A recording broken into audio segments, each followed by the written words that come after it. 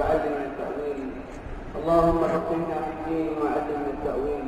عباد الله، صلوا وسلموا على شفيع الورى طرا، فمن صلى عليه واحدة صلى الله عليه بها عشرا. اللهم صل وسلم وانعم وبارك على عبدك ورسولك محمد.